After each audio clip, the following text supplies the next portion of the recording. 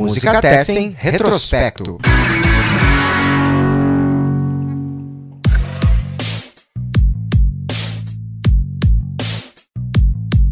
Salve, salve, amigas e amigos do Música Tessen. Eu sou Eduardo Osório e está começando agora mais um Retrospecto, o nosso podcast que volta 50 anos e olha para o que acontecia no mundo da música 5 décadas atrás. Então a gente vai entrar no mês de outubro de 1971.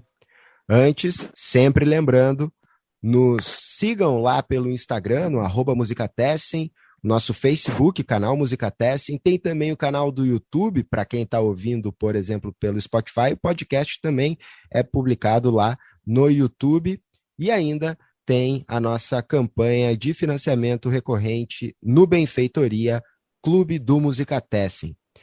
Então, como eu ia falando para vocês, a gente está entrando no mês de outubro de 1971, um ano que teve duas perdas importantes para o rock. No dia 12 de outubro, morreu Gene Vincent, o cara do Bebop-A-Lula, um dos precursores, pioneiros do rock and roll e do rockabilly.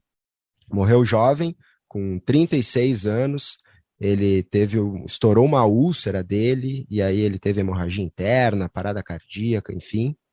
O grande Gene Vincent morreu no dia 12 de outubro de 71, e no dia 29, o rock perdeu um dos grandes guitarristas de sua história, Duane Allman, morreu aos 24 anos em um acidente de moto. A gente vai dar sequência aqui na nossa roda de conversa, estamos gravando à distância ainda, virtualmente, inclusive vocês que acompanham o Música Tessen com frequência, talvez estejam notando uma mudança na minha voz, eu realmente estou um pouquinho rouco, tive um leve resfriado e realmente foi só um leve resfriado, mas estamos gravando à distância também, inclusive por isso, que é para garantir que estejam todos seguros. Ainda não é possível gravarmos presencialmente, mas a gente fica aí na expectativa para que logo mais a gente possa se reunir todos juntos para falar de música, falar de rock, falar de discos. E hoje, para formar a nossa lista de outubro de 1971, tenho o prazer de contar com dois grandes parceiros aqui do Música Tessen, que estão sempre por aqui.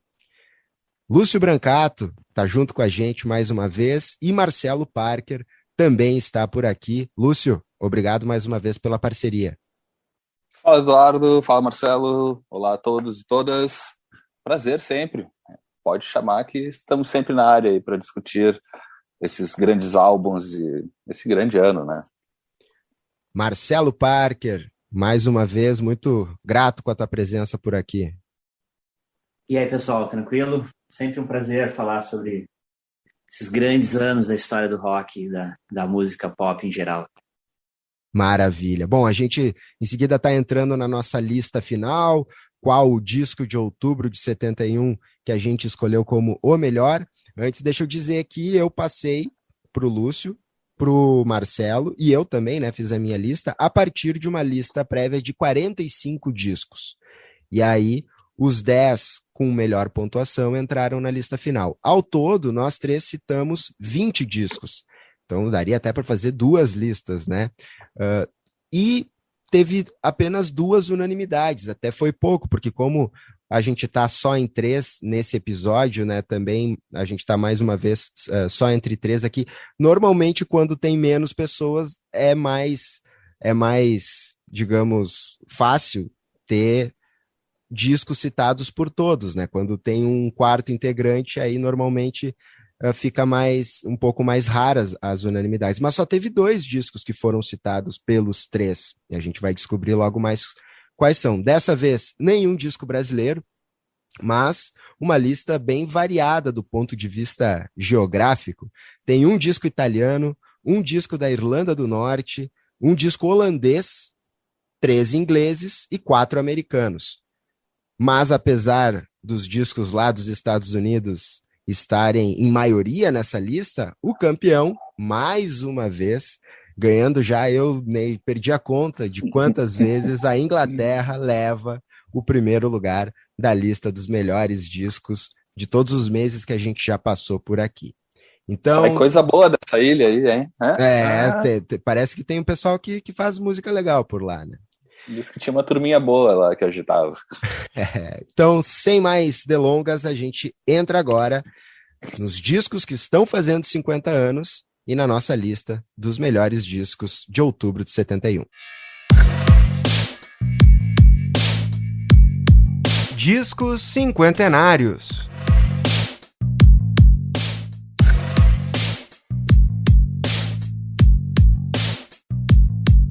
E bom, para começar, o nosso campeão vem da Inglaterra, como eu comentei, um disco lançado no dia 31 de outubro, então também entrou em outubro, assim, né, na rabeira, quase, inclusive é um disco lançado na Inglaterra, um disco inglês, mas que foi lançado no dia 31 de outubro nos Estados Unidos, no Halloween americano, enquanto no Reino Unido ele só saiu 2 semanas depois, no dia 13 de novembro. Mas aí a gente usa a data que ele, né, saiu antes. Estou falando do Meddle, disco do Pink Floyd, disco que atingiu 75 pontos dos 90 possíveis, né? O Meddle, que é o 6º disco de estúdio do Pink Floyd, e tem uma das faixas mais icônicas da banda, talvez, ocupando todo o lado B do álbum, Echoes, uma faixa com mais de 20 minutos de duração, de um disco que tem 6 faixas, né? 5 no lado A e apenas Echoes no lado B. A gente vai conversar um pouquinho sobre por que Meddle merece ser o melhor disco lançado em outubro de 71, falar um pouquinho sobre como ele se situa também, né, na discografia do Pink Floyd, essa que é uma das maiores bandas de rock da história, e eu vou abrir, óbvio, o microfone para Lúcio e Parker falarem sobre esses discos, afinal, foram eles os responsáveis por colocar esse disco no primeiro lugar. O Meddle ficou na minha 3ª posição, mas é o campeão tanto do Lúcio quanto do Parker. Então, Lúcio, por que Meddle, o melhor disco de outubro de 71? Que bom que tu votou, já tava ficando... Quando começou a falar, pensei, fiquei preocupado, será que não votou no Pink Floyd e tal, né? Não, mas ainda bem. Mas, né, não tem como ficar de fora, né? Tu pega esse mês, assim como todos, né, do que a gente tem acompanhado aqui no podcast, são meses incríveis, assim, daí tu fica pensando nesse balaio, qual que vai ser, qual que é impossível não ser o primeiro, e olha, não tem como bater o Pink Floyd ali mesmo, porque é um disco, como tu bem colocou, assim, que tem uma das faixas que é das mais emblemáticas, assim, de toda a carreira da banda, né, de Echoes, né, que todo lado B tem 23 minutos, não sei, algo assim, e é um disco que também ele não deixa de ser um disco onde começa também uma transição deles, assim, claro, eles já vêm de uma grande obra, né? O álbum anterior, se eu não me engano, é o Autumn Hot Mother, né? E onde eles já flertam com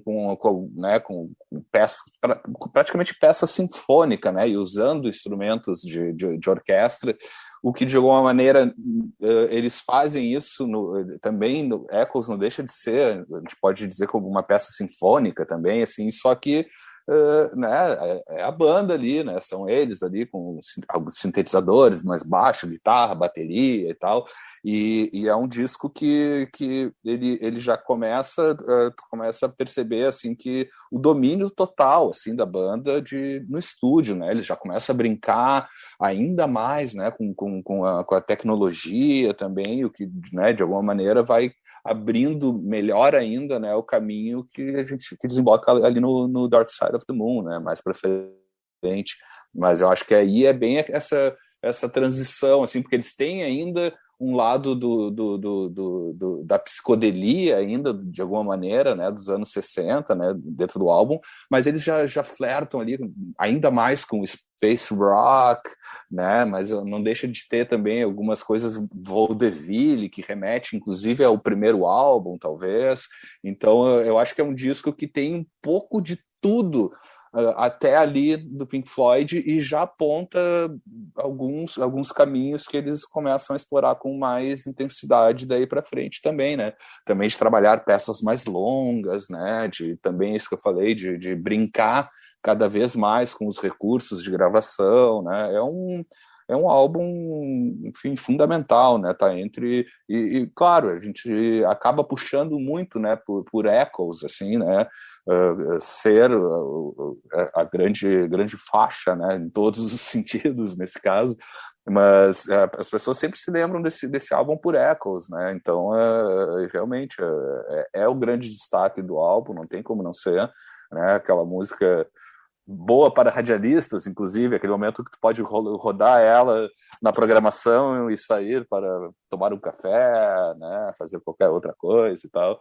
E, inclusive, reza a lenda que faziam muito isso na querida e extinta Rádio Ipanema, né, o momento que rolava ecos é porque a galera deu aquela saidinha básica do estúdio para ver o céu e as estrelas no pátio e tal. Mas, enfim, são esses meus devaneios sobre o Meddle, assim, é um disco, primeiro, fundamental. De novo, acho que é um disco de transição e que traz muito isso. Ele tem vários momentos ainda que tu identifica do Pink Floyd dos anos 60, né, e também já canta a pedra para toda a loucurada que vem daí para frente.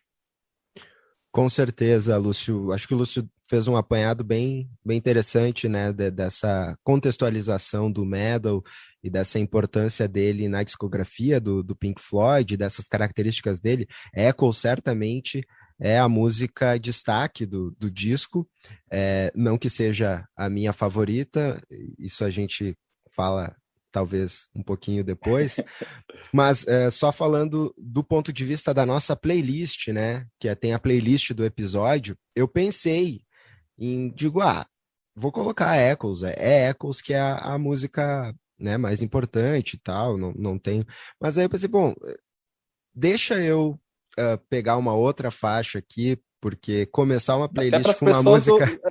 Até para as pessoas conhecerem das outras faixas, que de repente acabam não conhecendo. Pois é, e eu realmente aí vou já cometer meu primeiro ato herege aqui. Prefiro o lado A do disco do que Echoes, propriamente dito. Daí eu escolhi Fearless, que é a música que tem aquele tem um excerto ali que eles tiram da torcida do Liverpool, né, cantando You'll Never Walk Alone, né, tem um experimento, porque o disco também tem esse experimentalismo forte, assim, de questões, né, de colagem mesmo, e de efeitos sonoros. Echoes é muito forte nesse sentido, mas aí eu fiquei em dúvida em qual colocar, foi Fearless. Aí eu fui sem medo e escolhi Fearless, né, que eu acho que é uma música que também representa bem o disco, porque Saint-Tropez, por exemplo, que é uma música bacana, que eu curto, eu acho que ela destoa bastante do que é o Meddle. Não seria uma música, talvez seja mais acessível, né, de todo o disco, a mais fácil de mostrar para alguém que não conheça ou que não seja muito ligado ao Pink Floyd, mas aí eu achei que não representaria o disco enquanto, né, a que abre o disco, né, a que abre o disco é muito boa também, muito boa. Inclusive, acho que virou daí para frente quase que um obrigatório também no próprio setlist deles, né, até o fim eles sempre tocaram. Assim, certamente. Mas eu vou já... De pronto, já falei demais aqui, passar para o nosso outro parceiro que deve estar aqui ansioso para falar sobre esse disco, porque eu sei que o Meddle, além de ter tudo isso que a gente está conversando, tem um apelo mais pessoal para o nosso parceiro Marcelo Parker. Tô certo no que eu tô falando, Parker? Por que o Meddle é tão importante para ti nesse mês de outubro, sendo o primeiro dessa lista, ficando em primeiro na lista final também? Cara, eu acho que poucos discos tirariam ele do meu primeiro lugar. Algum disco dos Beatles ou algum Floyd mesmo, sei lá, talvez algum Led, porque eu acho esse disco incrível. Para mim, ele é um dos 3 melhores discos do Pink Floyd. Eu concordo com o Lúcio ali, eu acho que aqui ele já... a transição do Floyd, né, do som mais psicodélico pro que ficou chamado de rock progressivo, embora tem gente que acha que o Floyd é um gênero à parte, assim, né, dentro até do rock progressivo, mas enfim, essa música mais espacial é uma transição que durou alguns discos, né? Não foi uma coisa de uma hora para outra, assim. Eu acho que aqui essa transição ela é completada, assim, né? E vocês falaram do som que abre o disco, né? Que o título já é demais, né? One of these days I'm going to cut you into little pieces. É um título enorme, ela é chamada normalmente de One of these days, né? O resto acho que tá tudo em parênteses, se eu não me engano, assim, porque é um título muito grande, né? E para quem não sabe, ele tem 2 baixos, né? O Gilmour também tá... Um de cada lado, né? Para ficar aquele som gordão, né? Duplicado, né? E eu destaco também, cara, além de Echoes, claro, que é incrível, né? Também é uma das minhas músicas preferidas. Cara, tem um som ali chamado Pillow of Wings, que para mim, assim, é um exemplo, assim, se alguém vier me dizer, sei lá, me perguntar quem foi David Gilmour, o que ele fez, tal. Embora não sejam... tem vários solos do Gilmour que a gente pensaria antes daquele som, nem é pelo solo, mas é que ele cria ali uma cortina, uma tapeçaria de violões e de guitarra, é o tipo de som bom para tu ouvir nos fones, assim, começa a ouvir cada detalhe, assim, tem um monte de coisinha. Eu tenho quase certeza que até o baixo daquele som foi ele que gravou, ele canta também. Então, para mim, é uma música muito, muito marcante, assim, da musicalidade de um dos meus grandes ídolos, né? E é um disco em que o Richard Wright ainda estava muito presente, assim, nas composições, na colaboração. Ele continua ainda nos próximos discos, né? Mas no final da década é que ele vai perdendo espaço, né? E uma coisa que eu acho fundamental nesse disco, assim, quem dera que todos os discos da nossa vida tivessem isso, né? Ele foi imortalizado em vídeo, né? No Live at Pompeii. Ele não tá inteiro ali, mas tem Echoes, né? Só por isso já valeria. Tem One of These Days também. Tem Seamus, né, que é aquele blues com uma grande participação de um dog ali, o Ivan cantando maravilhosamente, né? Que pelo que eu li, melhor que a gente, né?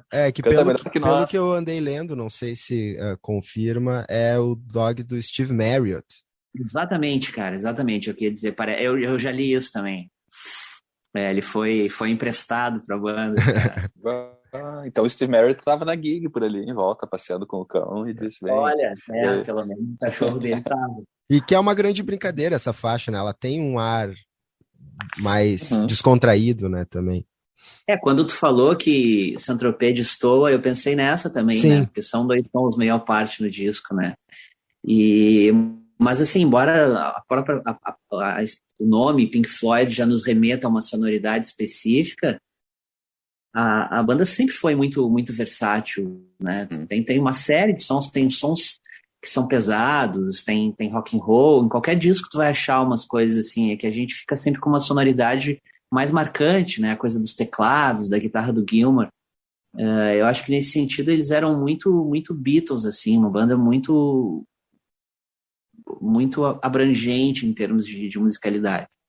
Então, eu acho que um dos destaques é isso, é o fato do disco estar muito bem registrado ali, algumas das canções, pelo menos, no filme, né, Pompeia. Então é isso, cara, eu acho que é um grande disco, eu coloco ele junto com o Dark Side, com o Wish We Were Here, como os grandes discos do Pink Floyd, e é um disco que o Roger Waters, ele tá pouco presente, assim, a voz dele, pelo menos, né? Embora ele esteja sempre ali na parceria das composições. Isso ainda continuaria no Dark Side, né? Que ele canta só as 2 últimas músicas. E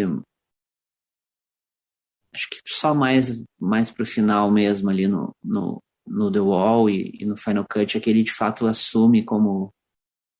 e ao mesmo tempo que o Richard Wright vai perdendo espaço, né?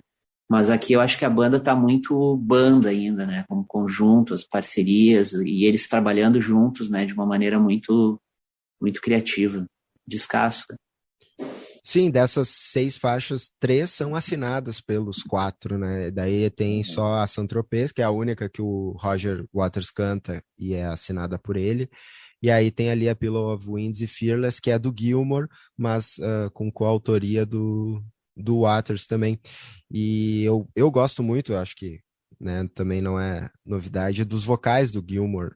Eu acho que são são sensacionais, assim, e a curiosidade desse disco é que é a estreia do Mason como vocalista, né? O Nick Mason, que é o que fala a frase da Sim. música de abertura, né? Eu não sei se tem alguma outra participação vocal dele na discografia do Pink Floyd, mas eles Pois inclusive é. brincam com isso também. Uhum. E Eccles tem uma as vozes, né, casam muito bem ali do Gilmour com Richard Wright, né, um dos sons que Sim. eu sempre me lembro, assim, quando eu penso nos dois cantando juntos, né, É. cada um num tom, né, O muito que de legal. alguma E o maneira filme ele daí deixam até o Waters soltar um pouco mais a mão no baixo, né? Porque pô, aquela parte do groove em é um baixo Echoes, gordão, né, nossa, é uma das, E para é, mim, uma e é das começando melhores o disco, né? Eu acho, atuações dele.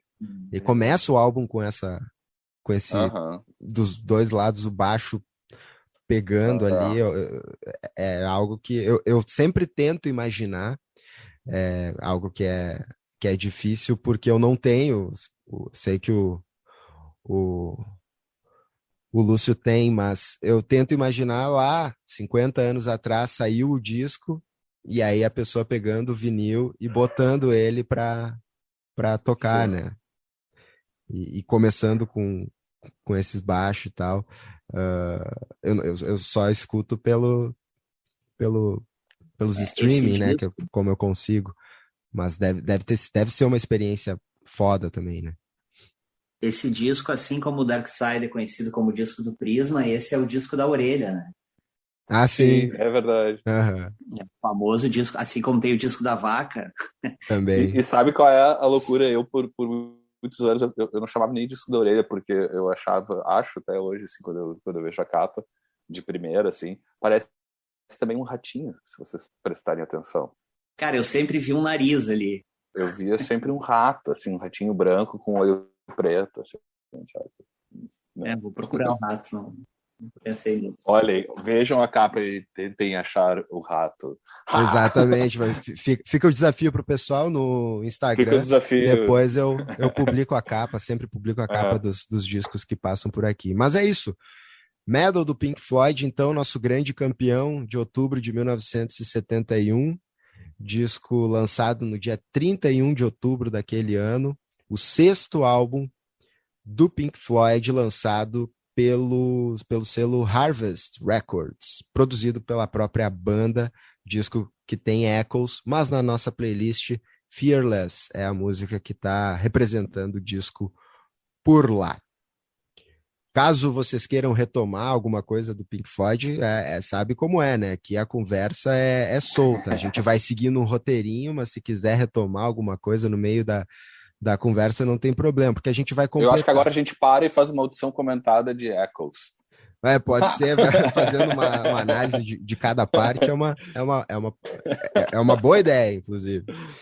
Mas eu ia falar o seguinte, a gente, para terminar esse pódio, né?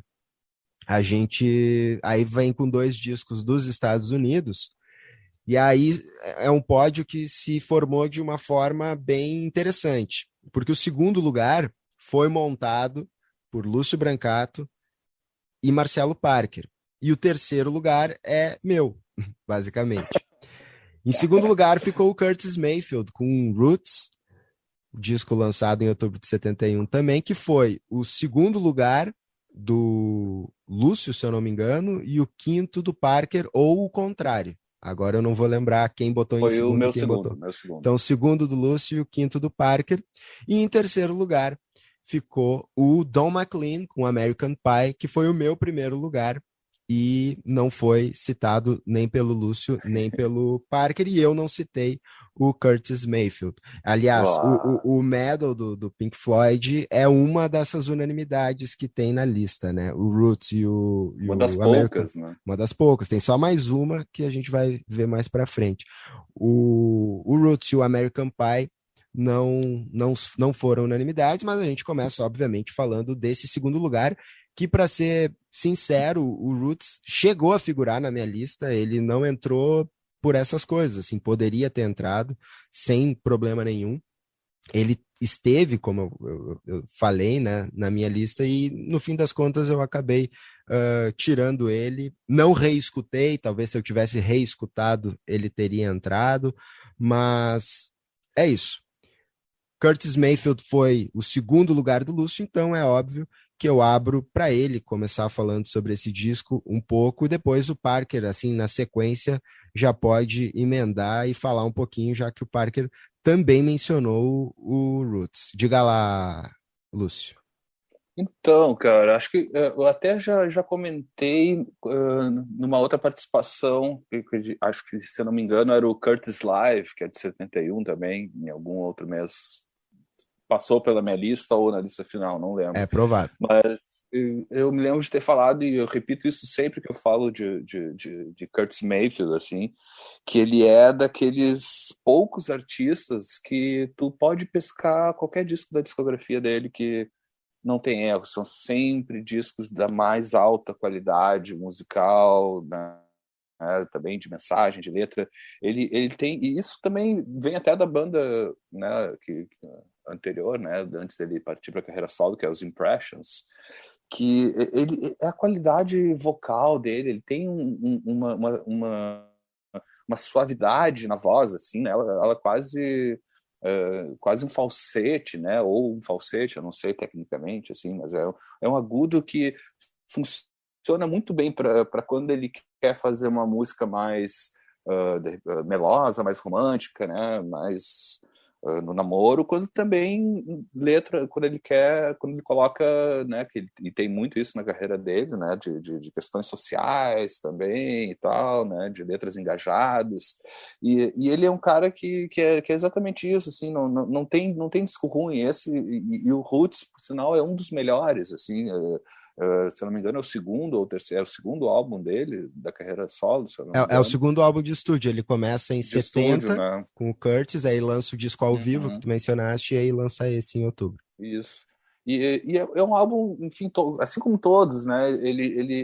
Tu ouve do início ao fim com muita facilidade e soa sempre muito bem, assim. Então, mais uma vez eu digo, não, Curtis Mayfield não tem erro, vai lá que sempre vai ser um disco muito bom, assim, né? E aqui, mais uma vez, ele comprova isso, né? E mesmo tendo, ele tem músicas longas que passam muito rápido, né? Então é aquela coisa que e se repete ao longo da discografia dele. Ele é um músico que trabalha músicas muito longas, né? De 4 minutos para cima, né? Digamos assim, dentro de um né, do que a gente conhece como um formato mais radiofônico e tal. Tanto é que muito saía, ele rodava muito em rádio, né? As edições faziam muitas edições para rádio, né? Daqueles EPs, né, de 7 polegadas e tal. O Curtis Mayfield tem muito isso no mercado, assim, exatamente por isso que ele trazia faixas muito longas, mas eram muito boas, e a gravadora, não, para aí, vamos fazer uma versão, né, menor para as rádios e tal. Então, realmente, assim, é um cara que não tem erro, uma carreira muito, muito sólida, assim, e isso, tem todo esse soul na voz, no jeito de tocar, tem uma levada diferente, né, mesmo dentro da black music, assim, e ele se destaca, assim, ele é quase não, assim como o Stevie Wonder, né, que tu ouve um disco, sabe que isso aqui é da turma do Stevie Wonder, né, dentro de um espectro enorme que a gente sabe que tem dentro da black music, que às vezes alguns artistas tu pensa, não, esse é aquele ou aquele, não, Curtis Mayfield, tu vai saber sempre que é ele, assim como Stevie Wonder, Marvin Gaye e tal. Então ele está entre os deuses do Olimpo da black music em todos os sentidos. Eu sou apaixonado por Curtis Mayfield. É por aí, Parker? É por aí, cara. O meu destaque era essa última coisa que o Lúcio falou. Eu acho que ele tem um som completamente à parte dentro dessa galera, assim, muito fácil de identificar e diferente, assim. Tem no meio daquele groove todo, entra uns arranjos de cordas, assim. Tem uma percussão que quase sempre está presente ali no fundo, assim, uns elementos diferentes, assim, do que normalmente tu espera desse soul, da black music dos anos 70, a própria voz dele, né?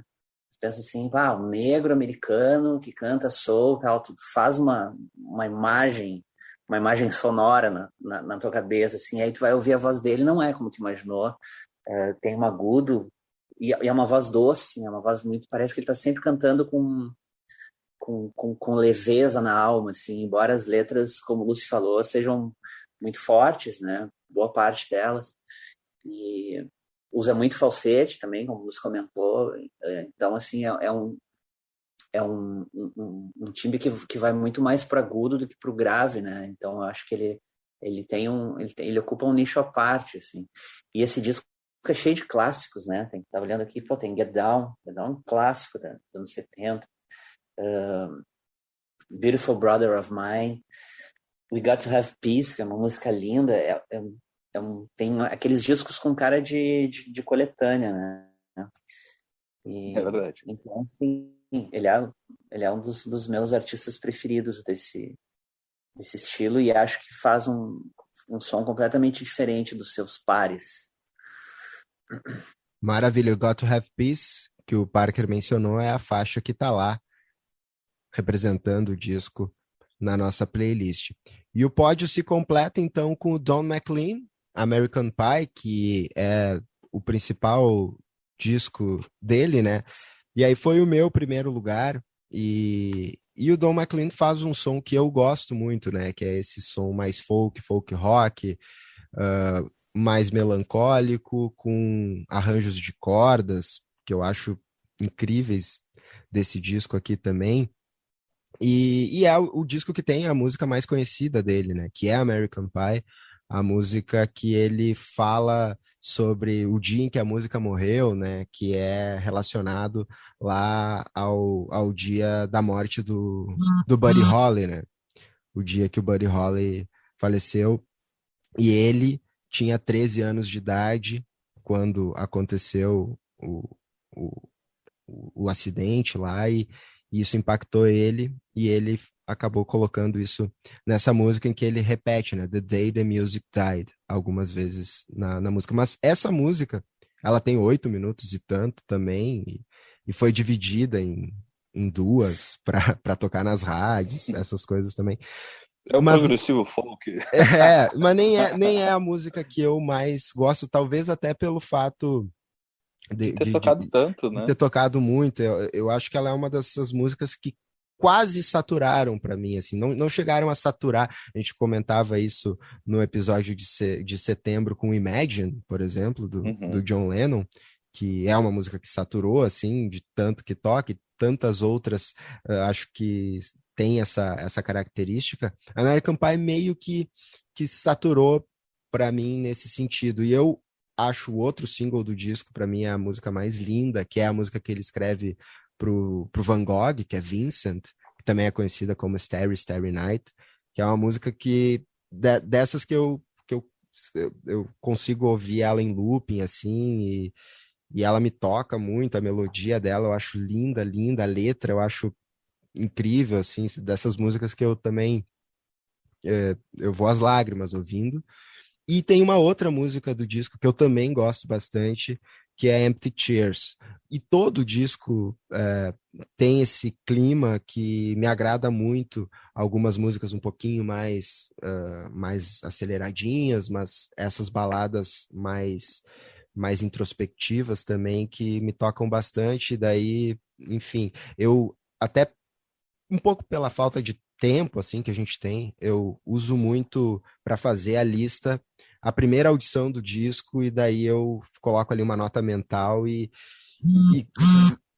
e fazia muito tempo que eu não ouvia esse disco inteiro assim, e foi demais assim poder ouvir ele e daí ele ficou na minha primeira colocação.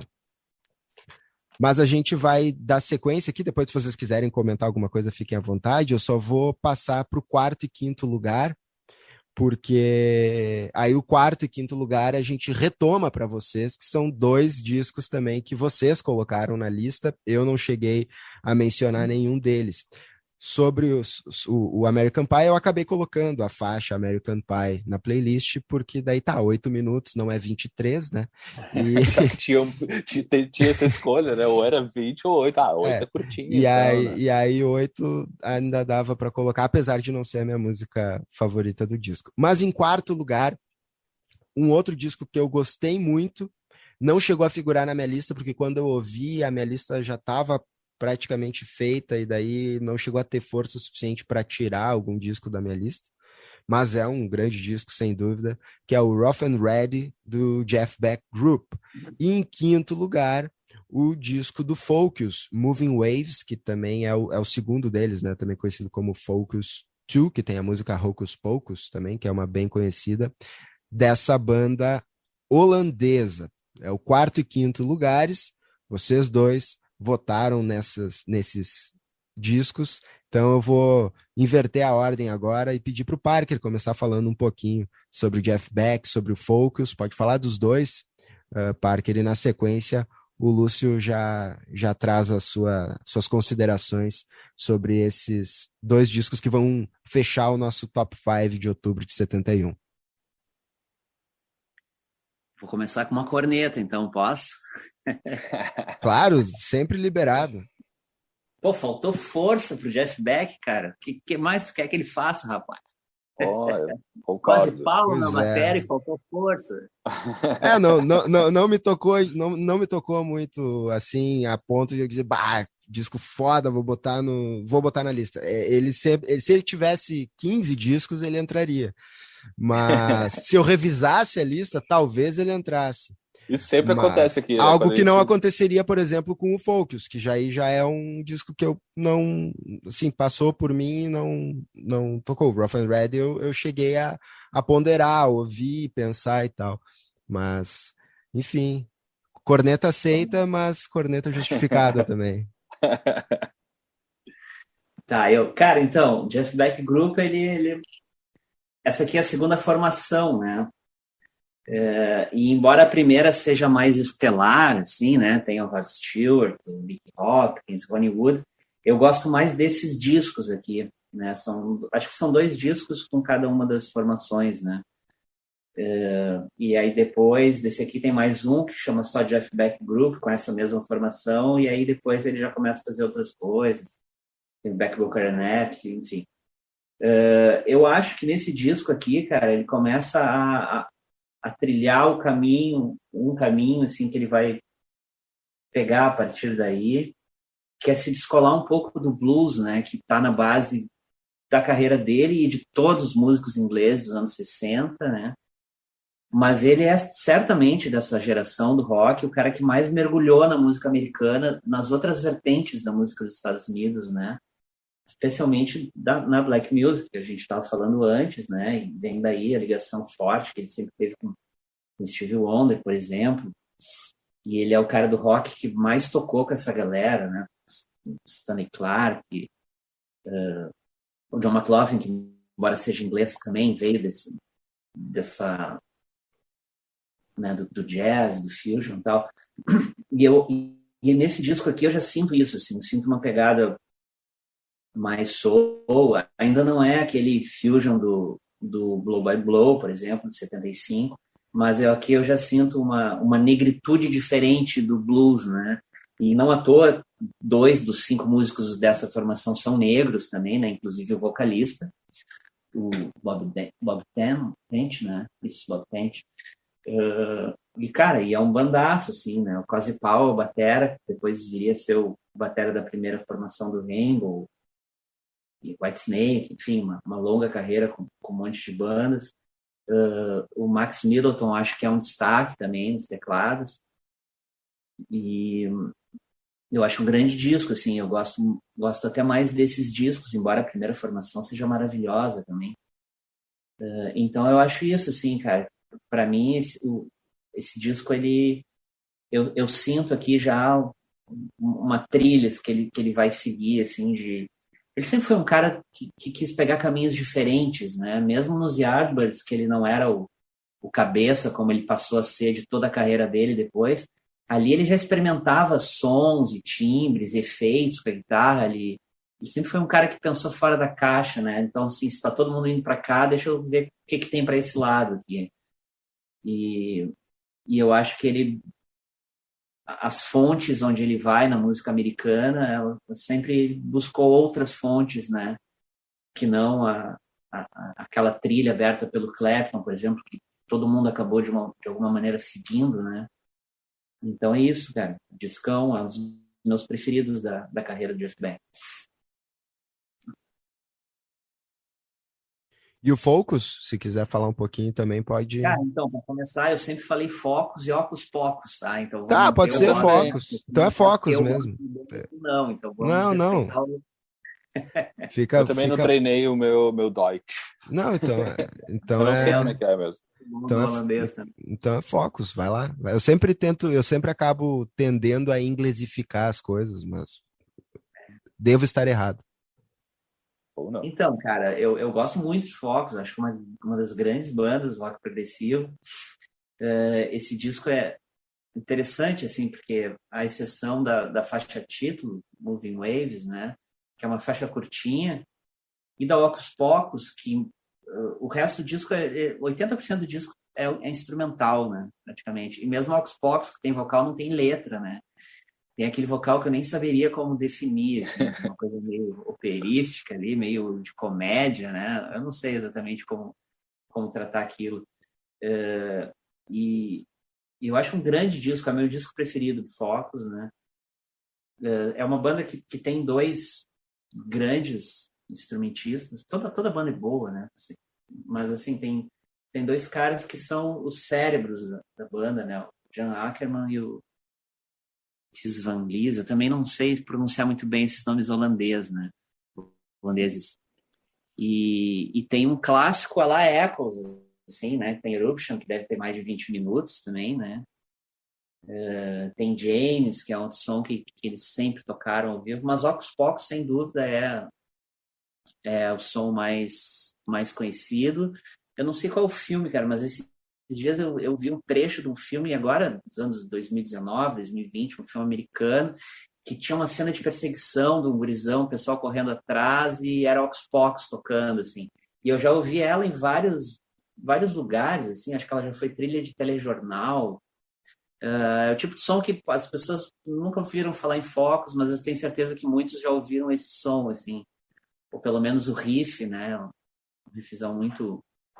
eu vou te interromper porque eu fui verificar e quase é o mesmo tempo, é quase o mesmo tempo da Echoes. Echoes tem 23 minutos e 34 e a do Focus tem 23 minutos, Eruption tem 23 minutos e 3 segundos. E a Eruption é dividida, né? Essa sim, dividida em, sei lá... Uma série de switches, títulos, né? movimentos, não sei. E essa é completamente instrumental, né? Então, assim, claro, embora Ocus Pocus tenha um apelo popular, né? É um disco basicamente instrumental, não é um disco muito acessível, assim, né? Radiofônico, por exemplo, né? Mas extremamente melódico, e essa é uma das características, né? Porque o rock progressivo, ele tem muitas vertentes, né?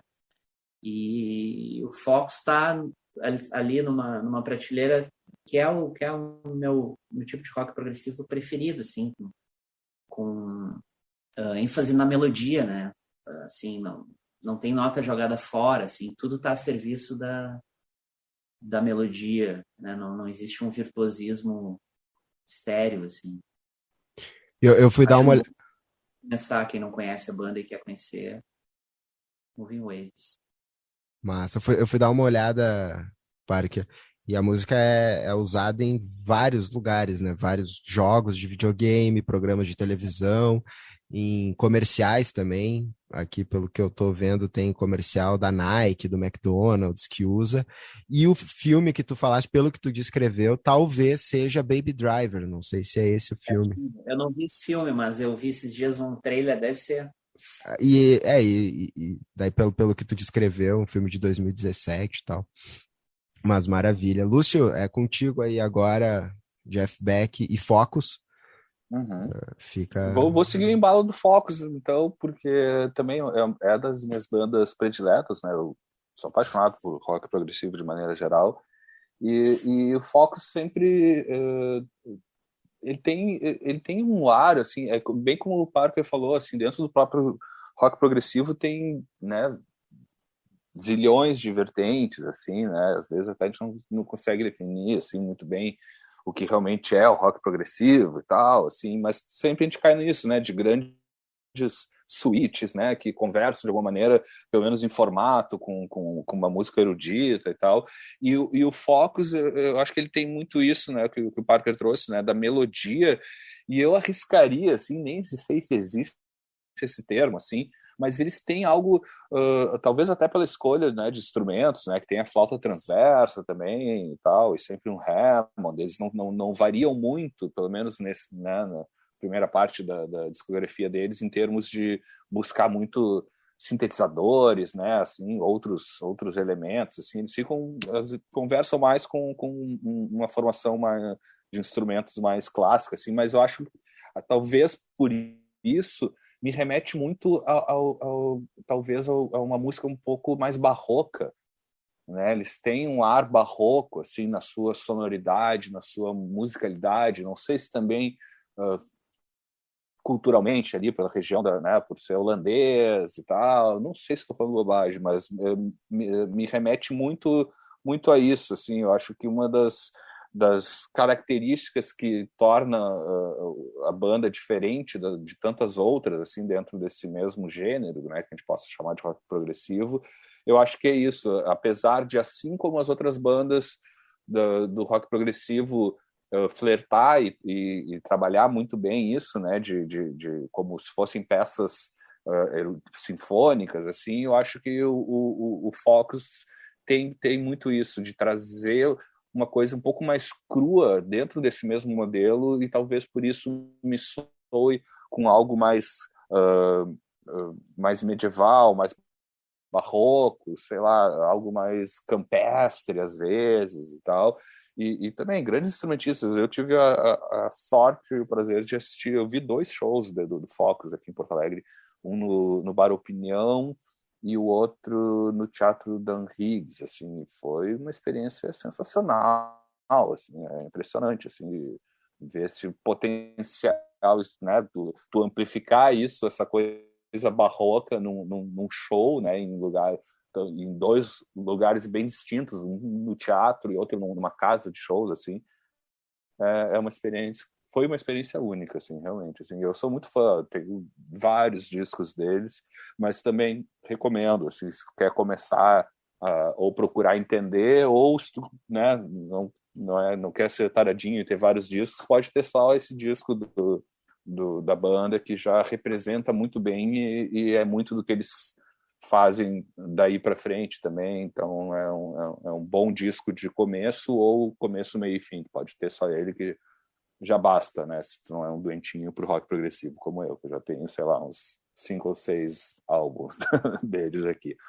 E o Jeff Beck, pô, o Parker, mestre, matou muito bem a charada, assim, né? Ele é pô, é um disco sensacional, assim, eu também sou muito fã, assim, e já é muito isso, assim, o que difere, assim, ele já aponta o caminho que vem daí para frente também, né? E é muito o que o Parker falou, assim, o Jeff Beck sempre buscou caminhos não tão convencionais ou tradicionais dentro do que toda geração de guitarristas, né, da mesma geração que ele, buscavam, assim, dentro de referências, assim.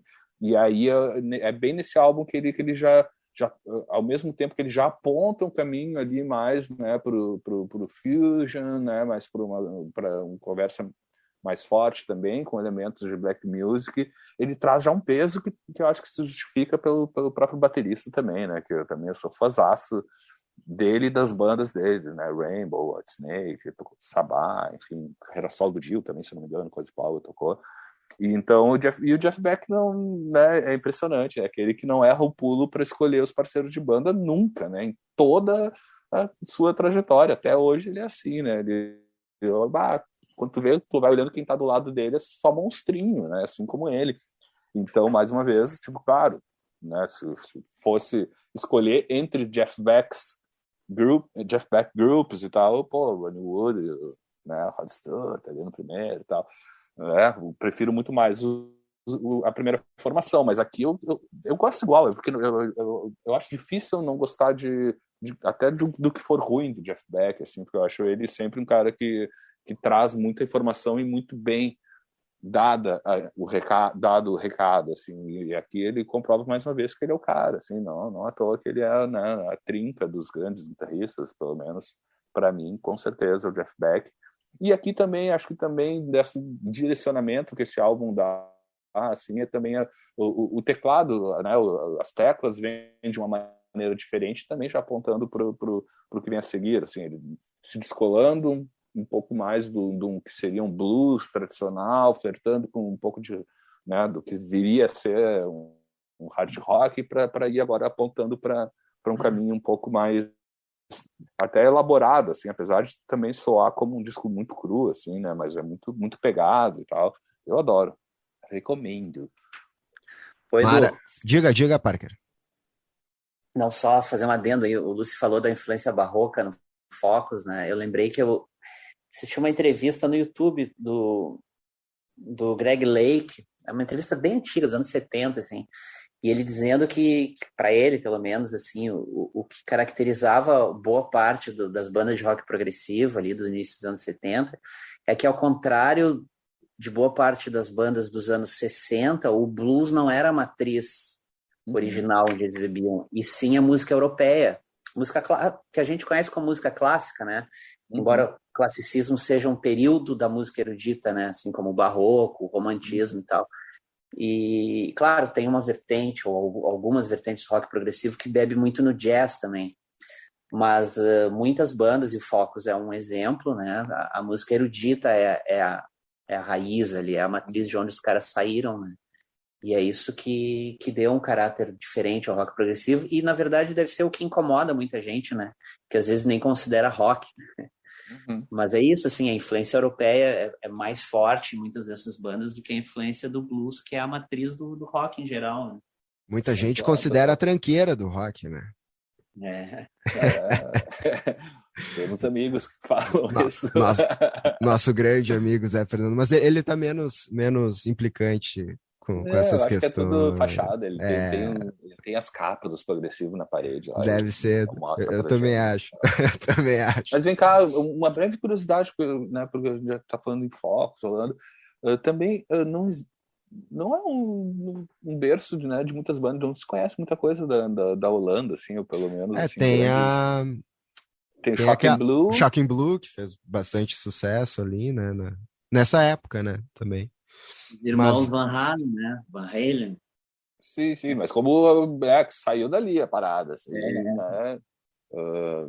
Não me vem nada muito além do Focus. Pô, e a gente tava falando do Don McLean, que fez pro Van Gogh a música, né? A Holanda tá presente na lista. Tá presente, né? Nossa, os links todos feitos.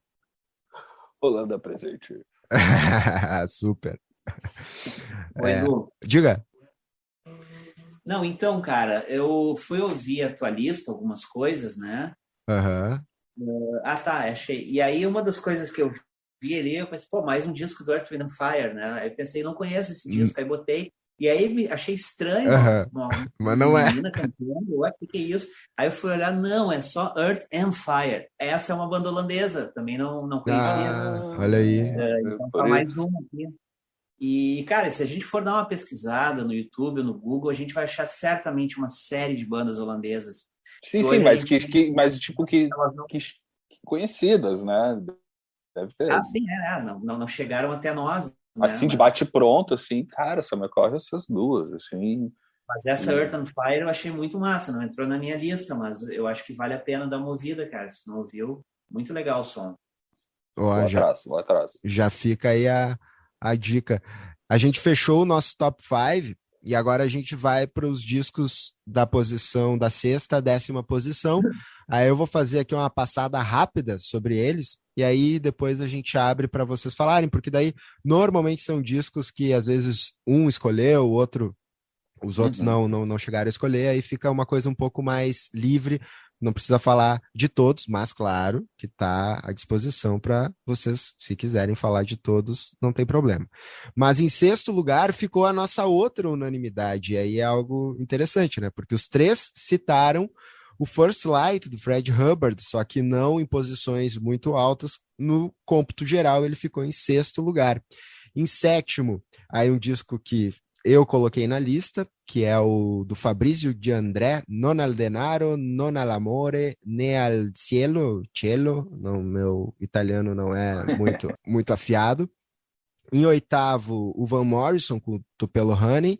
Em nono, aí o disco que o Brancato colocou, o A Space in Time, do 10 Years After, e aí um adendo, um mea-culpa deste mediador aqui. Esse disco, na verdade, é de agosto de 71, mas por um lapso ficou de fora do mês de agosto, e quando eu me dei conta já tinha passado o mês de agosto. E aí eu digo, não, mas é um disco importante, eu vou botar no próximo que tiver. E aí entrou no mês de outubro e não estava errado, né? Acabou entrando na lista final. E para finalizar a lista, em 10º lugar, o primeiro disco do John Prine, que daí também foi um disco que eu coloquei na lista, embora ele tenha ficado empatado, né? Com outro disco, que foi o disco que o Lúcio escolheu. E aí quem desempatou para colocar ele ficar o John Prine foi o Parker. Eu vou abrir então para vocês comentarem. O Lúcio, inclusive, pode comentar o seu que ficou de fora nesse desempate, que é o do Grateful Dead. Mas desses 5 aí, se o Lúcio quiser comentar algum deles, acho que o A Space in Time ele vai querer falar, né? Foi ele que botou na lista. Talvez o Fred Hubbard, ou qualquer outro que quiser. Diga lá, Lúcio. Então, eu vou nesses dois mesmo. Assim, o Fred Hubbard é um cara que eu adoro, assim, tenho também bastante coisa dele. É da escola de trompetistas que acho que, se não me engano, o primeiro álbum dele é dos anos 1960 e tal. Então ele já vem numa segunda geração de trompetistas e ele acaba no final da década de 60, início de 70 e do década de 70 em diante, assim, trazendo muito do funk, né, do soul, mas principalmente do funk, né, do comecinho dos anos 70 e tal, e esse é um álbum que também traz isso, assim, mas ele ao mesmo tempo traz conversa com um pouco de standards também. Ele tem uma banda sensacional, o Ron Carter no baixo, o Dejonette na bateria, Ailton Moreira, né? Tem um brasileiro, né? Isso, né? Eu tava olhando aqui, Herbie Hancock, George Benson. É um time de feras, Hubert assim. Esse é outro Laws. cara que também sempre teve muito bem acompanhado. Ele essa fase dele, ele lançou discos excelentes, que eu recomendo também qualquer disco dele que saiu pela CTI, né, um label, né, ali de New Jersey, se não me engano, que era dessa turma, assim, não, Paulo Moreira que tinha que estar aqui, porque Paulo Moreira iria destrinchar muito melhor do que eu, assim, mas é algo que eu, pelo menos, conheci, passei a estudar a partir do Sessão Jazz, quando, né, de repente, vocês dois também, ouvintes, vão se lembrar sempre que ele falava, né, gravado nos estúdios Van Gelder, né? Sim, sempre. Né, um clássico, assim, e o Van Gelder, enfim, era um engenheiro, assim, o proprietário desse estúdio que lançava álbuns por esse label também por esse label, além de Blue Note e tal, CTI, e era meio que, né, de alguma maneira, era quase que aquele esquema de banda da casa, assim, banda do estúdio, só que daí a banda do estúdio era essas feras, assim, o Ron Carter gravou todos os discos da CTI, né, o Fred Huber, né, tem muita coisa com o Herbie Hancock também, e aqui nesse álbum, então, eles trazem toda essa turminha, assim, né, tipo, os amigos que estavam em volta ali e tal, né, mas, claro, daqui para frente o Fred Huber fica ainda mais groove, mais funk e tal, então para quem, né, popularmente a gente fica no grande público às vezes restrito, né, ao trompete, né, que não estou dizendo que é ruim, pelo contrário, seria, né, né, pô, tem Miles Davis, Dizzy, né, Louis Armstrong e tal, e tem esses caras que, pô, corriam junto, entendeu? Claro que às vezes em décadas, né, separadas e tal, mas o Fred Huber é um desses exemplos, assim, é um cara que ficou muito popular com essa pegada de funk e tal, né, de groove, então é um cara que muito aproveitado também depois numa outra geração lá na frente pela galera do hip hop, né, sampleou muita coisa, né, das melodias, né, dos riffs do Fred Huber, então é algo que atravessou gerações, né, Fred Huber recomendo fortemente, assim, entre esses músicos aí de jazz e também de funk, né, e de soul music e tal. E qual que era o outro? O outro era O o Ten Ten Years Years After, After. né, que, pô, eu sou fãzaço, né, também tive a honra e o prazer de poder ver o show deles, que foi um show histórico na reitoria da URGS. Não me lembro o ano exato, mas aí foi década de 90, 97, 98, não sei, mas sei que foi na década de 90. Que, cara, aquela massa sonora, assim, né, aquilo que a gente se cravou na nossa retina vendo a performance no Woodstock, e a gente, né, ele se manteve durante décadas, porque quando eles tocaram aqui, teve que, né, veio abaixo aquilo, né, a reitoria da URGS, e é uma sonzeira, eu acho eles geniais, eu acho, inclusive, muitas vezes ele entra naquele hall de bandas assim que não, talvez não tiveram o merecido, né, reconhecimento assim como banda de álbuns. Eles têm belas canções, né, não é só aquela coisa, né, do roqueira, né, de pegada e jam e tal, solos, tem tudo isso, mas eles têm melodia, né, melodias bonitas e tal. Eu acho que é uma super banda, assim, que infelizmente não acaba sendo tão valorizada, assim, quando, né, tu entra em algum tipo de discussão de listas ou grandes bandas e tal. É pouco lembrada, assim. Eu acho que deveria ser mais reconhecida como grande banda. 10 Years After. Maravilha, mais um representante inglês da nossa lista, que esse é o sexto disco de estúdio deles e é o que tem talvez a música mais conhecida, mas o principal hit deles, que é a I'd Love to Change the World, né? Que é a música Que é linda, né? que tá na playlist ali para representar o disco também, a Spacing Time do 10 Years After. E falando rapidamente do First Light do Fred Hubbard, que eu coloquei também, né? Um dos discos. Eu também eu não saberia falar muito sobre ele, mas essa fusão que ele traz do funk, do soul pro jazz, enfim, a única coisa que eu sei dizer é que eu gosto muito também dele e dos discos dele, desses outros que tu falaste que tem outros discos, né, dele que é muito bom, são muito bons, como Straight Life, que é de 71 mesmo, tem Red Clay, tudo nesse o CTI, que era esse label que estava surgindo aí acho que no início dos anos 70, se eu não me engano, que ele foi criado, né, pelo Creed Taylor, e aí o Fred Hubbard é um desses representantes desse selo, e acho que é um disco e um artista que deve estar na lista e deve ser. Quem não conhece, acho que merece procurar e vale a pena conhecer o trabalho dele. Eu certamente vou falar depois sobre os meus representantes na lista, mas vou antes abrir a palavra para o Parker, se ele quiser comentar algum desses cinco aí. É contigo, Parker, fica à vontade. Cara, só me lembra aí, fora o Fred Hubbard e o Ten Years After, quais são os outros? Tem o Van Morrison com Tupelo Honey, e aí depois tem o Fabrizio De André, o italiano, e o John Prine, que foi o teu desempate que colocou ele. Tu não tinha citado ele, né? Mas foi o teu desempate que colocou ele em 10º lugar. Cara, eu não tenho muito o que dizer, assim, eu ouvi, né, depois da tua solicitação e achei legal o som, achei massa, mas ouvi uma vez só, né, até baixei para mim, para ouvir com calma depois, mas não teria muito o que acrescentar.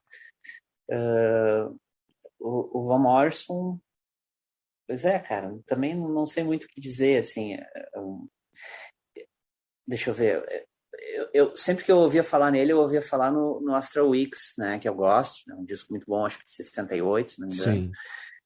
Sim. Mas eu não sei, eu gosto mais desse disco aqui, porque assim, eu gosto muito dele e gosto muito do jeito que ele canta. Mas ao mesmo tempo, eu entendo ouvindo ele cantar porque muitas pessoas não gostam do jeito que ele canta. Né? Ele tem aquele jeito meio gritão irlandês, assim. E o Astral Weeks, por exemplo, me cansa um pouco. Eu acho o Tupelo Honey um disco bem mais equilibrado. Acho que as canções ali, elas estão mais redondinhas, menos experimental, até posso dizer, nesse ponto.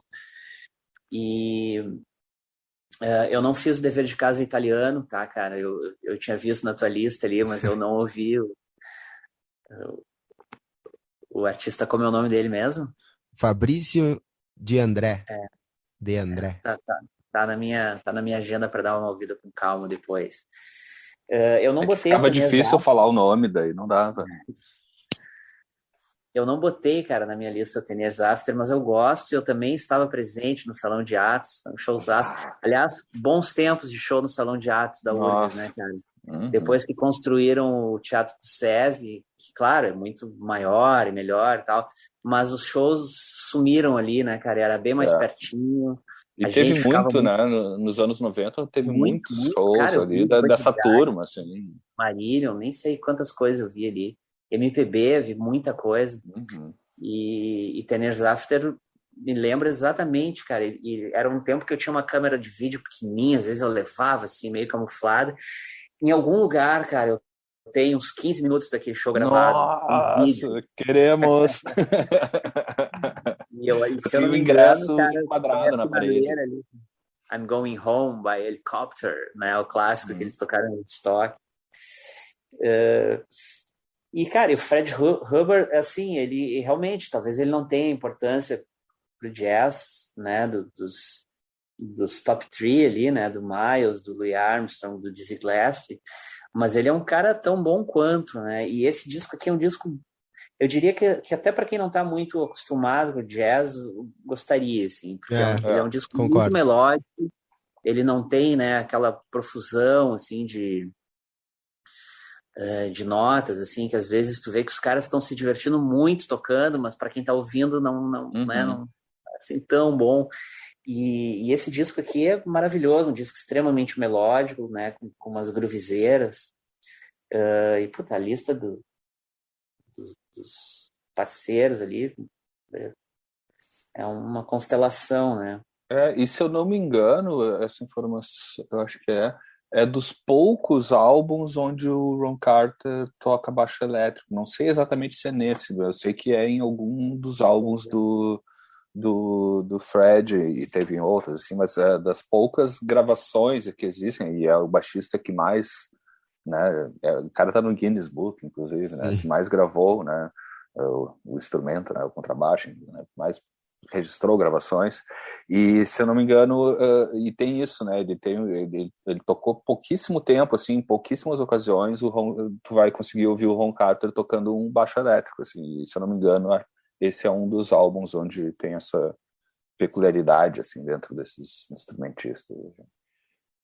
Pois é, e aqui nas nossas escolhas, geralmente eu não coloco as coisas do jazz, assim, porque eu acho que é um universo musical à parte, assim, eu sempre acabo priorizando o rock, Mas é que esse disco aqui, para mim, é um disco muito especial, assim. Aí eu acabei colocando e... Enfim, se ele tivesse lá nas cabeças, também seria merecido, porque a qualidade dos músicos que tocam nele não deve nada para ninguém, né? Uhum. Mas é isso aí, Edu. E os outros que estão na lista aí, cara, não são muito a minha especialidade, não teria muito com que colaborar. Ah, tranquilo, tranquilo. Essa segunda parte normalmente é um pouco mais solta, até por isso. Aí acabou que entraram esses dois discos. Eu vou começar pelo John Prine, que é o cara que entrou na 10ª posição. E, cara, eu gosto muito desse disco, é o primeiro disco de estúdio dele. Ele, né, é um folk, mas que tem uma pegada country também. E como o Parker até me comentou, né, tem ecos muito forte, falando em echoes, né, do Pink Floyd, tem ecos de Bob Dylan muito, muito presentes ali no, na música do John Prine. E esse disco, que é o primeiro disco solo dele, acaba trazendo algumas das músicas mais conhecidas dele, assim, mais aclamadas e tal, como Paradise, Hello in There também é bem conhecida, e a Sam Stone. E eu gosto muito das letras também, né, da forma como ele constrói as letras e como ele conta essas histórias. Sam Stone, por exemplo, é sobre um veterano de guerra, né, da guerra do Vietnã, viciado em heroína. E aí ele conta essa história e também da morte dele por overdose. E tem depois eu vou contar, tem é, uma outra não tem uma questão envolvendo essa música e o Pink Floyd também, que daí também é outro link que tem na nossa lista que fecha aí o 10º lugar puxando o primeiro. Mas é um disco muito, muito bom, que eu gosto bastante. Também desse estilo de música que eu gosto muito de ouvir e recomendo muito às pessoas, né, que possam gostar dessa sonoridade folk com uma levada country, né, o John Prine na voz e no violão, mas tem pedal steel ali também, tem guitarra, piano, órgão. Então fica essa dica, né, desse 10º lugar. Para quem não conhece, não ouviu falar no John Prine, que vá atrás. Eu já conhecia ele e eu sabia que ele ia estar na minha lista e talvez ele ficou na 4ª posição, talvez numa revisão da lista ele pudesse até subir, quem sabe até ultrapassar o Medal aí, segundo a minha para desespero dos meus colegas aqui de podcast, mas eu acredito que ele poderia subir porque eu gosto realmente bastante. Agora, ao contrário do que aconteceu com o Fabrício de André. O Fabrício de André eu não conhecia. Eu fiz a pesquisa para fazer a lista maior e coloquei na lista, né? Até porque, como o Lúcio falou, né? Tava falando das bandas holandesas. Gosto de pegar também um pouco artistas fora do eixo Inglaterra, Estados Unidos e Brasil, que a gente acaba conhecendo mais, tentar pegar de outros países, aí eu coloquei. E eu fui ouvir, a minha lista já estava praticamente pronta, assim, e fui ouvir meio descompromissado, assim, achando, tá, vou ouvir um pouco e vou descartar. Mas eu fui ouvindo e fui achando muito foda o disco e fui gostando muito da sonoridade e tal, apesar de não entender quase nada, né? O italiano tem ali alguma semelhança com o português, algumas coisas dava para pegar, mas né, o contexto eu não entendia nada. E aí gostei, botei no meu segundo lugar, até não sei se cheguei a cogitar, a colocar em primeiro, e porque eu queria que tivesse na lista final. Eu sabia que se eu colocasse em segundo ou em primeiro, ele certamente estaria na lista final, né, pelo ponto, e achava que ele merecia estar para falar dele aqui, para que as pessoas conheçam, enfim. E no fim das contas, eu fui dar uma pesquisada depois de ouvir o disco sobre o que se trata, e basicamente é um disco conceitual do que se chama, porque ele é baseado na tradução do inglês para o italiano de um livro de poemas chamado Spoon River Anthology, que é uma coleção de poemas de um poeta americano chamado Edgar Lee Masters, também não conhecia, foi vendo. Ele narra nesse livrinho, nesses pequenos poemas, o que seriam epitáfios de moradores dessa cidade chamada Spoon River, que é uma cidade imaginária, né? Ele pegou de um rio que passava, o nome da cidade, o nome do rio que passava perto da onde ele nasceu e tal. E aí ele pega e a primeira música, que é The Hill, ou na versão italiana, La Collina, é a música que tá na playlist, inclusive, ela, como é que eu vou dizer, ela resume o que vai se tratar o disco, né? Ou no caso, o livro. E aí cada música ou cada poema é um personagem. Então tem o médico, tem o juiz, e aí ele vai narrando o que seria o epitáfio de cada uma dessas pessoas, ou seja, estão todos mortos, né? E essa tradução foi feita por uma escritora italiana, uma jornalista, tradutora chamada Fernanda Pivano, que foi a primeira tradução dela do inglês para o italiano, foi dessa antologia, dessa Spoon River. E aí o Fabrício de André pegou e musicou a, essas poesias e fez esse disco que se chama, numa tradução, vou chutar uma tradução aqui, mas seria Nem ao Dinheiro, Nem ao Amor, Nem ao Céu. Mais ou menos isso, o que ele quis trazer nesse disco conceitual a partir desse poema. E aí eu achei achei mais interessante ainda, assim, eu já tinha colocado a ficou melhor ainda. Eu digo, que sensacional, e a música do disco é dele, né, mas é em parceria com o compositor Nicola Piovani, que depois ganhou Oscar pela trilha sonora de A Vida é Bela, né, então... E os arranjos do disco são muito legais, muito bacanas. Eu não consegui ver a tradução de todos as letras, assim, mas eu fiquei com vontade de entender ali, né, o que Sim, que tá, ou ler o livro. o que que tá se falando, ou ler o livro, enfim, acho que vale a pena, então, conhecer Boa. esse disco e ouvir, e mesmo sem entender o italiano, o disco é legal, as músicas são Sim. bacanas, soa bem. Soa bem, e acho que vale a pena ouvir o Fabrício de André. E fiquei com vontade também de conhecer um pouco mais sobre ele, né? Porque eu também não conheço e não tive tempo de chegar até aqui o podcast, para poder falar um pouco mais sobre ele. Mas então é isso, a gente fechou a nossa lista de 10 discos. Esses são os 10 melhores discos de outubro de 71, sempre com aquele asterisco. Aqui tem um asterisco que o 10 Years After é de agosto, e por um erro meu entrou na lista de outubro, mas tudo bem, né? Eu vou fazer essa flexibilização aqui. Mas o asterisco é sempre que a lista nunca é uma lista em si fechada, né? É só um pretexto para a gente bater o papo aqui.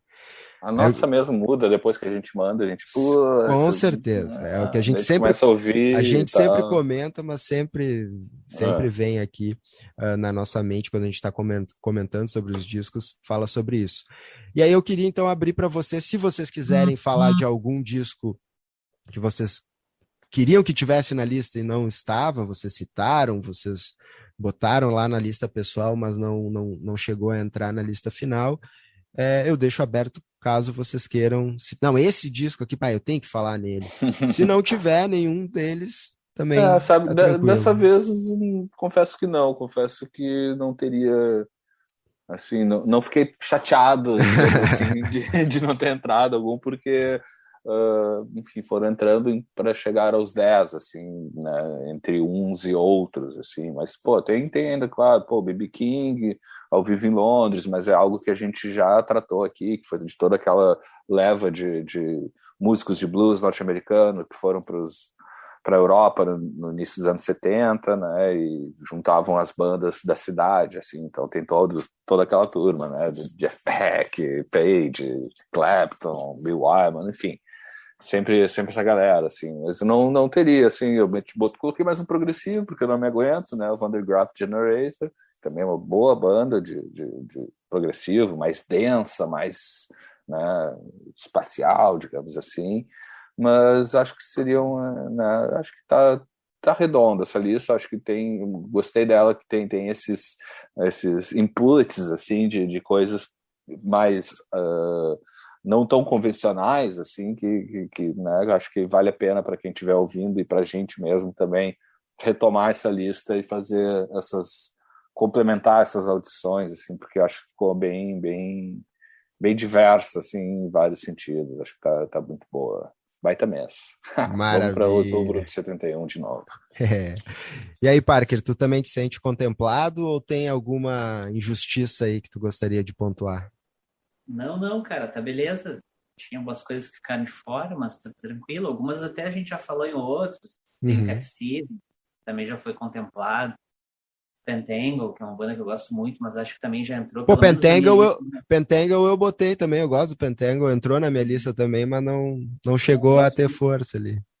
Mas não, cara, tô satisfeito. Acho que tá uma boa lista.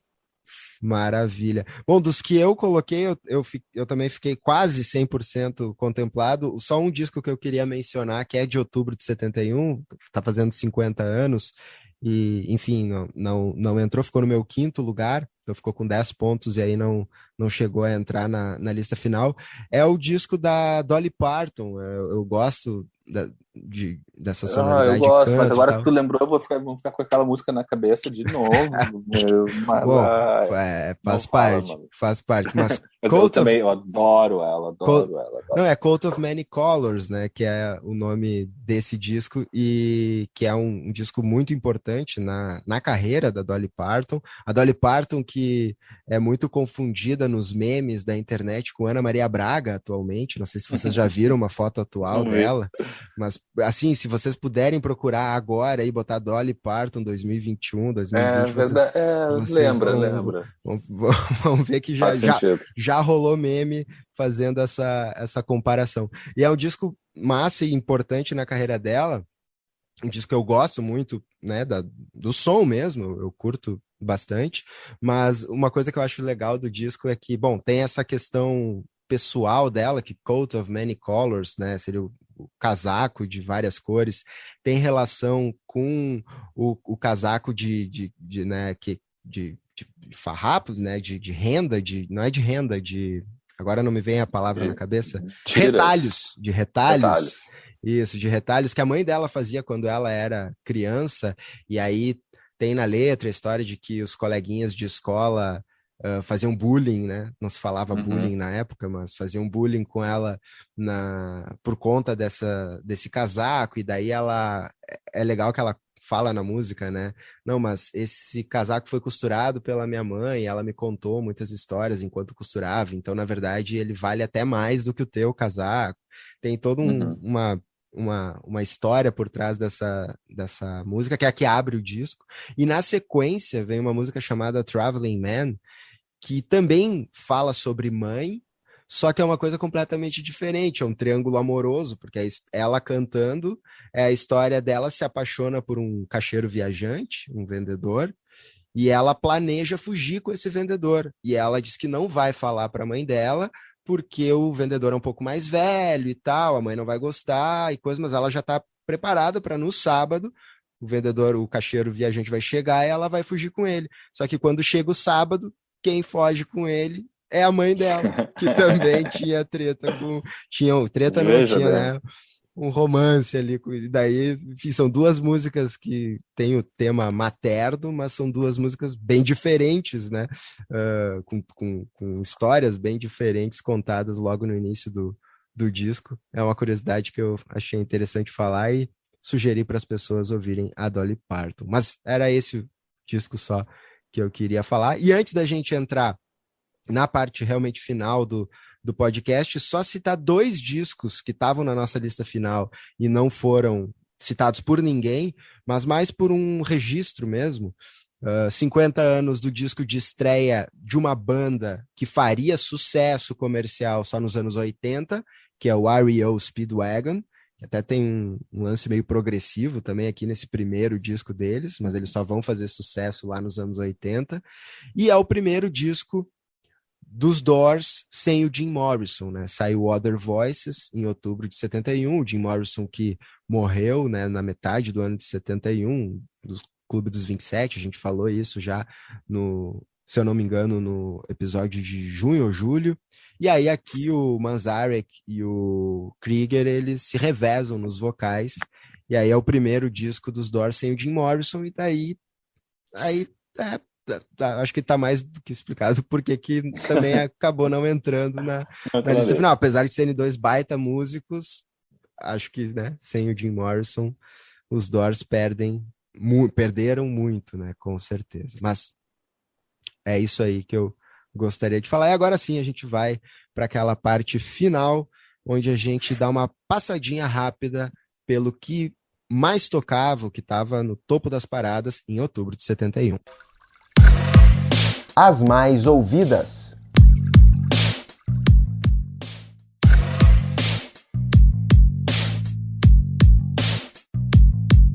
Bom, lá na playlist eu trago algumas das músicas que tocaram muito aqui no Brasil, né? Eu seleciono algumas por episódio. Aí, só pra gente ter uma ideia, né, do que rodava muito nas rádios no ano de 71, né? Não necessariamente no mês de outubro, mas no ano de 71. Aí tem lá Altemar Dutra, tem Cláudia Barroso, tem... Todos os estilos são contemplados também. Tem o Taiguara, que fazia muito sucesso, viria a ser, na sequência, o músico mais censurado pela ditadura, né?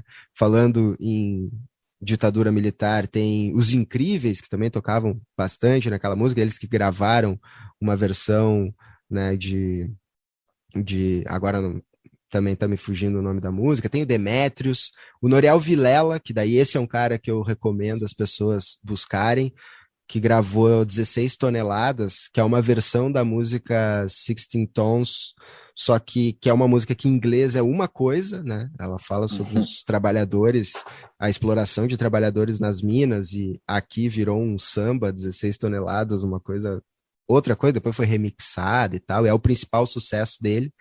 Ele tem uma voz grave, muito foda, assim, e ele teve uma carreira curta, morreu cedo também, vale a pena buscar o trabalho do Noriel Vilela, e o João Só, que lançou Menina da Ladeira, seu principal sucesso, também fazia muito sucesso naquele momento. Mas nas charts britânicas e na Billboard, em todo o mês de outubro, foi dominado por dois artistas, tanto nos Estados Unidos quanto no Reino Unido, tanto nas paradas de álbuns quanto nas paradas de singles. John Lennon com Imagine e Rod Stewart com Every Picture Tells a Story. Aí, na Billboard, o Rod Stewart ficou 4 semanas em primeiro lugar de outubro, que foi nosso segundo lugar do mês de maio. E aí, na última semana, o Imagine do John Lennon desbancou o Rod Stewart lá na Billboard. Já no Reino Unido, o Rod Stewart também ficou em primeiro lugar, mas durante 3 semanas. Ele tinha chegado ao topo lá na última semana de setembro. E o Imagine, do John Lennon, que foi o nosso segundo lugar da lista de setembro, desbancou ele lá também nas charts britânicas. Já nas paradas de singles, bom, aí foi só o Rod Stewart que com Maggie May ficou em primeiro lugar todo o mês de outubro, tanto na Billboard quanto no Reino Unido. Sucessaço do Rod Stewart, e também o John Lennon fazendo sucesso, aí tinha recém lançado o Imagine, que hoje, 50 anos depois, é essa música que a gente até comentou, né? Uma música que já deu uma saturada também e tal, mas aqui era o lançamento. Era uma boa batalha de single aí, né? 2 grandes, nossa, singles. Com certeza, com certeza. Provavelmente Imagine viria a ficar em primeiro lugar mais pra No mês frente seguinte, nas paradas de singles. Aí a gente verá nos próximos episódios do Retrospecto. Sim, por aqui, Maggie May ainda reinava em primeiro lugar, mas nos discos o John Lennon já estava fazendo frente ao Rod Stewart, desbancando ele no final do mês.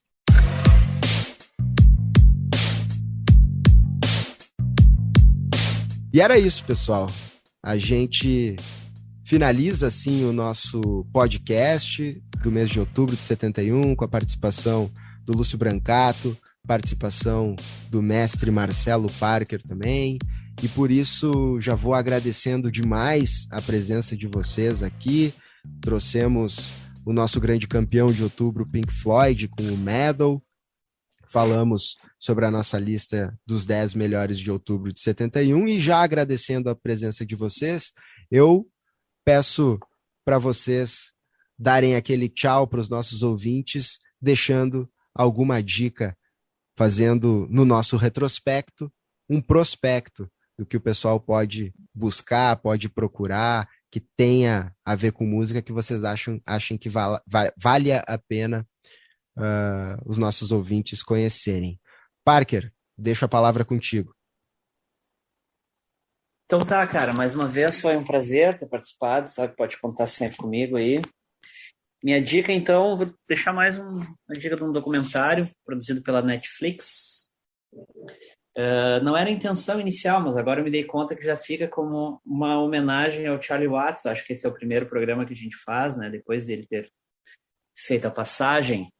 Então, minha dica é um documentário produzido pela Netflix, Keith Richards, Under the Influence. É um documentário muito legal, participação do Tom Waits, do Buddy Guy, o Keith Richards encontra eles, né, ao longo do filme, assim. Tem uma história que eu achei muito legal, engraçada, assim, que ele conta, assim, que durante décadas, assim, ele ficou sem falar com o pai dele. E aí, lá pelas tantas, o pai dele um dia entrou em contato, dizendo que queria vê-lo. E ele ficou muito ansioso, muito nervoso, preocupado com aquele encontro, porque o pai dele era super crítico do tipo de vida que ele levava, do envolvimento com drogas e tal. E aí ele conta que ele ficou com tanto medo que ele levou o Ronnie Wood junto no encontro, né, para defender ele, qualquer coisa. E, cara, desde então o pai dele se tornou o melhor amigo dele. Aí o filme tem umas fotos ali, ele já faleceu, né? Mas ele fala que foi um momento muito especial da vida dele, esse encontro, depois de décadas. Foi iniciativa do pai, né? Enfim, e tem momentos bem emocionantes. No final ele fala sobre os netos e tem umas imagens dele em família, assim, um Keith Richards muito caseiro, assim, muito diferente, né, da imagem que a gente tem, né? Fica essa dica, é um filme acessível também, né? Enfim, quase todo mundo tem Netflix, então é fácil de encontrar. Under the Influence é a dica do mês aí. Maravilha. Lúcio, muito obrigado pela tua parceria mais uma vez. Qual é a tua dica?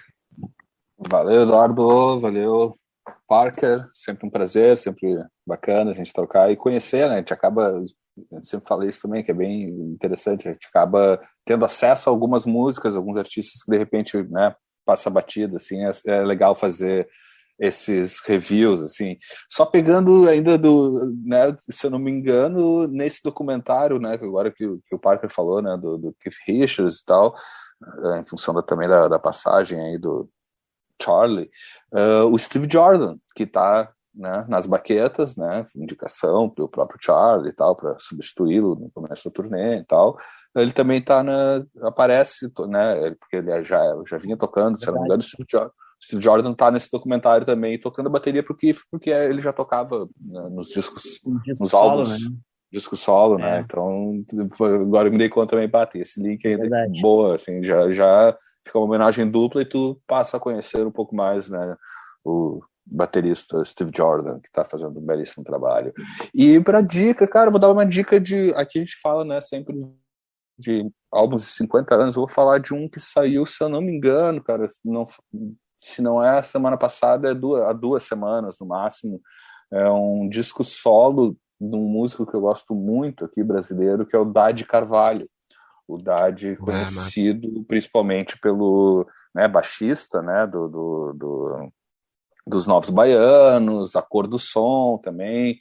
Fez alguns trabalhos também para Rita, enfim, tocou com toda a música brasileira, né, mas principalmente com os Novos Baianos e A Cor do Som. Tô com Rita Lee, com os tribalistas, tudo lá, Marisa Monte e tal. Caetano. E ele lançou... Oi? Caetano também. Caetano também, enfim, tocou com, Ele é o né? Leãozinho, né? Ele é o Leãozinho, exatamente, é o famoso Leãozinho, né? E além de ser o Leãozinho de Caetano, é um grande baixista também, e um baita compositor, né? Muita das coisas, dos hits ali que as pessoas ouviram, principalmente ali da turma dos tribalistas e tal, ele estava diretamente envolvido ali, né, nos 2 álbuns também. E ele lançou um disco solo, como eu disse, acho que é o máximo há 2 semanas atrás. Um disco curto, ele tem poucas músicas, não dura nem meia hora o disco e tal, tá em todas as plataformas de streaming do Dade, se chama Todo Vento.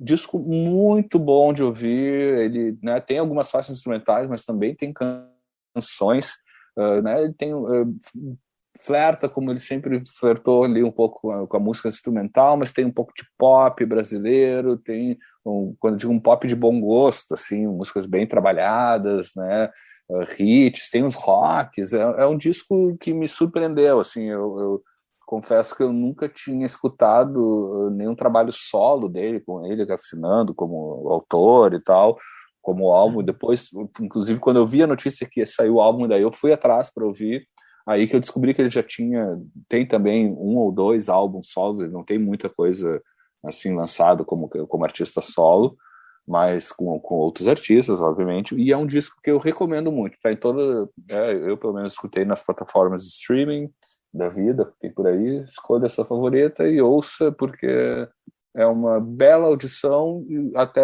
como eu disse, eu gostaria que o álbum até fosse um pouco mais longo, aqueles discos que passam muito rápido, são músicas curtas, né, ele é quase, diria que é quase um EP, assim, mas enfim, foi lançado, vai atrás, Dade, chamado Todo Vento, disco saiu do forno há 2 semanas aí, para galera que tá só ouvindo os 50 anos atrás, vamos Isso ouvir o aí, presente. é isso aí, é isso aí. Essa é a ideia, baita dica. E o disco que tem todo ele quase o tamanho de Echoes, é mais ou menos isso. É mais ou menos isso, exatamente. Ma- Então, um disco fácil de ouvir, pô, bem bacana. Eu já ouvi mais de uma vez, até por ser curto, assim. Né, fiz uma primeira audição, disse, pô, que bom. Eu depois fui ouvindo de novo, aleatoriamente, assim. Recomendo, baita surpresa, assim, realmente. Assim, ele canta e tal, faz as vozes. Não me recordo agora, confesso que eu não parei para ler ainda sobre o álbum, porque infelizmente as plataformas de streaming não nos entregam ainda, algumas não nos entregam ficha Sim. técnica e tal, E mesmo as mas que é algo entregam, às vezes é difícil mesmo de que tu entregam é encontrar, difícil de né? encontrar, exatamente. Mas não sei, então não sei dizer se é um álbum onde ele toca todos os instrumentos. Ele é conhecidíssimo, né, por ser um multi-instrumentista de extrema qualidade, tanto como baixista, arranjador, guitarrista, violão, né, boa parte dos arranjos ali para Marisa Monte, Carlinhos Brown, aquela turma, são dele. Então eu tô inclusive curioso, é algo que eu inclusive anotei, eu tenho caderninho de anotações, porque eu já estou velho esquecido e tenho que anotar assim as minhas próximas, sobre as minhas audições, eu faço anotações e eu anotei exatamente isso, procurar saber a ficha técnica e ir atrás, assim, porque eu fiquei curioso para saber o que ele toca, né, cara, assim, porque tem guitarras muito bacanas, altos, baixos, teclados, não sei se tem participações, de repente pode ter, pô, daqui a pouco tá super músicos, assim, como ele é um cara que acompanha grandes músicos, não seria nenhuma surpresa encontrar dentro do disco dele alguma participação especial, assim, mais efetiva também, mas recomendo, o disco tem grooves bacanas, né, no disco de baixista a gente sempre espera isso e ele contempla isso, mas vai muito além, assim, acho que tem um pops bem trabalhados e rockinhos, assim, enfim, com um refrão bacana, assim, que em outras épocas poderiam ser hits radiofônicos, inclusive, assim, acho que fiquei realmente bem surpreso, assim, com a audição. Maravilha, Lúcio. Bom, agradeço demais a companhia de vocês, a companhia de todos que nos acompanharam até aqui, ouvindo o retrospecto. E antes de me despedir, eu vou dar a minha dica, e a minha dica vai remeter a. Eu vou indicar um disco também, mas é só para fazer um link que eu parecia que eu tinha ficado devendo para vocês, mas não fiquei. Eu vou sugerir, a gente, né, trouxe o Medal aqui. Vou sugerir para o pessoal ouvir o disco The Final Cut do Pink Floyd. Mas por quê? Porque eu falei que tinha um link que juntava o John Prine ao Pink Floyd, pois o Roger Waters usa partes da melodia da música Sam Stone, que é a que eu comentei, que está na nossa playlist, que fala desse veterano de guerra viciado em heroína, que acaba morrendo de overdose e tudo mais. Ele usa, o Roger Waters, parte da melodia dessa canção na música The Post-War Dream, do disco The Final Cut. E aí junta o nosso 10º lugar com o primeiro lugar e fecha o ciclo da nossa lista com mais um link. E fica aqui a minha dica de ouvir a discografia do Pink Floyd, mas especialmente o disco The Final Cut, e ouvir o John Prine também, e aí fazer reconhecer ali, né, onde que tá a melodia da música do John Prine no disco do Pink Floyd. Pessoal, mais uma vez, muito obrigado. Não me canso de agradecer a presença de vocês e até o próximo podcast aqui do Musicatessen, tá certo? Até mais!